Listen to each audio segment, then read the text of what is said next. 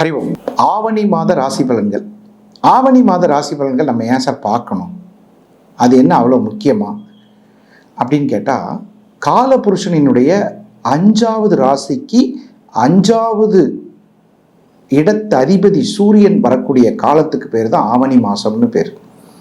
ஆவணி மாதம்னா என்ன சார் அப்படின்னு ஒரு கேள்வி இருக்காரு. ஆவணி மாதம்னா என்ன அப்படின்னு கேட்டால், சிம்மம் என்று சொல்லக்கூடிய காலபுருஷ 5ஆம் இடத்திற்கு சூரியன் வரக்கூடிய காலத்துக்கு பேர் ஆவணி மாதம்னு பேர். இது ஸ்திர மாதம் என்று எல்லாராலையும் சொல்லப்படுது. ஸ்திர மாதம்னா என்னன்னு தெரியுமா உங்களுக்கு? ஆவணிக்காக காத்திருக்கிறாங்க நிறைய பேர். பொறுங்க சார், ஆடி மாதம் முடியட்டும் சார், ஆவணி பிறந்தோடனே பேசிக்கலாம் சார்னு சொல்லுவோம். அதுக்கு என்ன காரணம்? கேது என்ற நட்சத்திரத்தின் மீது சூரியன் பயணம் செய்யக்கூடிய காலகட்டம். இது எல்லாமே விசேஷம்தான். எப்பயுமே பாருங்க, கேதுவின் நட்சத்திரத்தில் சூரியன் பயணிக்கக்கூடிய காலம் எல்லாமே விசேஷமான காலம். ஒன்று சிம்மத்தில், ஒன்று தனுசில் மூலத்தில், மேலே மேசத்தில் அஸ்வினியில். ஸோ இது எல்லாமே சிறப்பான மாதங்கள். ஒவ்வொரு மாதத்திற்கும் ஒரு சிறப்பான பலன் உண்டு. அந்த ஆவணி மாதத்தில் சிறப்பு என்னன்னு கேட்டால், நம்ம டோட்டலாக இந்த உலகத்தில் சார் ஒரு விஷயத்தை பார்க்க முடியும், ஒரு கிரகத்தை காமிங்க சார் அப்படின்னா சூரியன் என்ற கிரகத்தை பார்க்கக்கூடிய ஒரு அமைப்பு எல்லாத்துக்குமே இருக்குது. சூரியன் எல்லாராலையும் பார்க்க முடியும். அந்த சூரியனுடைய சொந்த வீடான சிம்மத்தில் ஆட்சி பலம் பெறுகிறது. அப்போ பொதுவாகவே ஜோசியத்தில் எல்லாரும் என்ன கேட்பாங்கன்னா, சார் தெய்வ பலம் இருக்கான்னு பாருங்கள் சார், குரு பலம் இருக்கான்னு பாருங்கள் சார், ஏதாவது ஒரு தெய்வ பலம் இருந்தால் தான் சார் ஒரு காரியத்தை சாதிக்க முடியும். இந்த உலகத்தில் 2 விஷயம் இல்லைன்னா என்ன இருந்தும் பிரயோஜனம் இல்லை.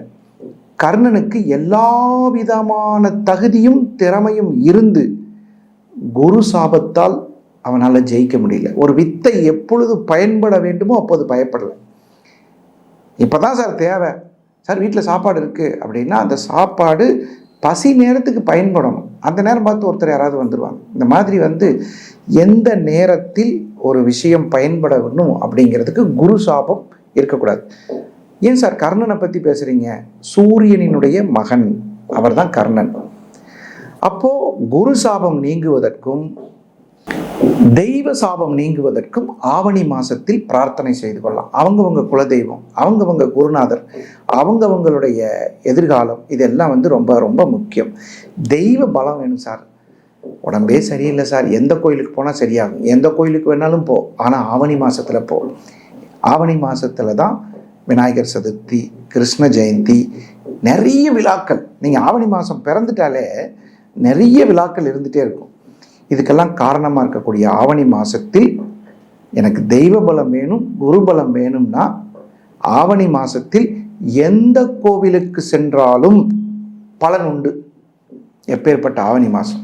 சரி, இப்போ என்ன பண்ண போகிறோன்னா 12 ராசிகளுக்கு எப்படி இருக்குது அப்படிங்கிற ராசி பலனை இப்போ பார்க்க போகிறோம். அந்த கன்னி ராசி அன்பர்களுக்கு உண்மையாகவே திருமணத்தில் ஏதாவது தோஷங்கள் இருந்தால் அதுக்கு ஒரு பரிகாரம் செய்யணும்னு சொல்லுவாங்க, ஒரு கோயிலுக்கு போகணும்னு சொல்லுவாங்க.